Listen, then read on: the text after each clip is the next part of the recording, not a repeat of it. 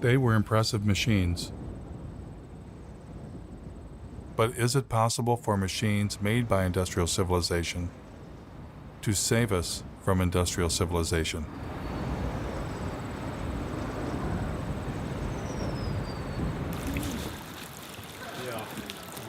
In environmental leader Bill McKibben's home state of Vermont, the Green Mountain State, a site was being cleared for the installation of wind turbines. A group of citizens was concerned about how the construction might affect the mountains they love.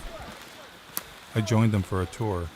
It's going to be 21 turbines. 21. Yeah. On this In this project. Yeah. The estimate was maybe there would be 3 full-time jobs. If the goal is to try to make Vermont the leader in climate change, I appreciate looking to the sky in the hopes that we can do that. But more importantly, I'm personally looking at the ground thinking this is not the kind of legacy I'd want to leave to my kids. When I was a kid, we'd go hiking in these woods. We would be able to drink from the waters down the hill here, and now you have to question that. And how long are these towers supposed to last? 20-something years. 20. I know. It's just. Oh, wait a minute. You're It's a kidding me. nanosecond. 20 years. Oh, it's a nanosecond in the time of energy. Does anybody consider that this is mountaintop removal for wind instead of coal? Yeah, and we've even had people say if you can do mountaintop removal in Kentucky and West Virginia for coal, then it's about time that the rest of the country shared in the mountaintop removal too. Hello. I think they're going to tell us to move back. The thing is you've got to have a fossil fuel power plant backing it up and idling 100% of the time. Because if you cycle up or cycle down as the demand on the wind comes through, then you actually generate a bigger carbon footprint than if you just ran it straight. Do you ever go to things where they just go, well, that's not true, it doesn't matter, we're going to have the smart grid? Doesn't make any difference. You still got to have it idling, because let's just say the wind stopped right now. Just stopped for an hour.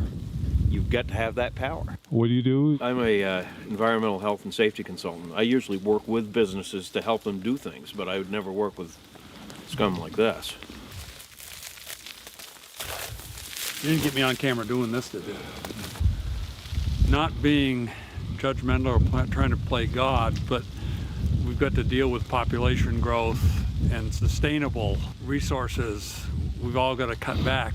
All this energy is supposedly going to heat a water park. We can find unique and different ways to waste energy.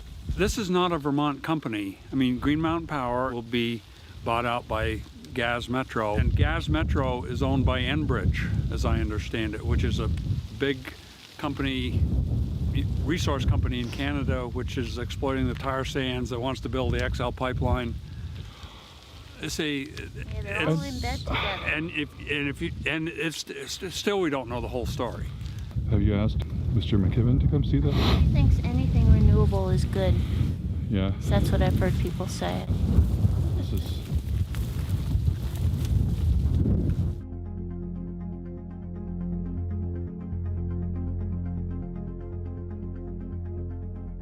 I'm in a strange position.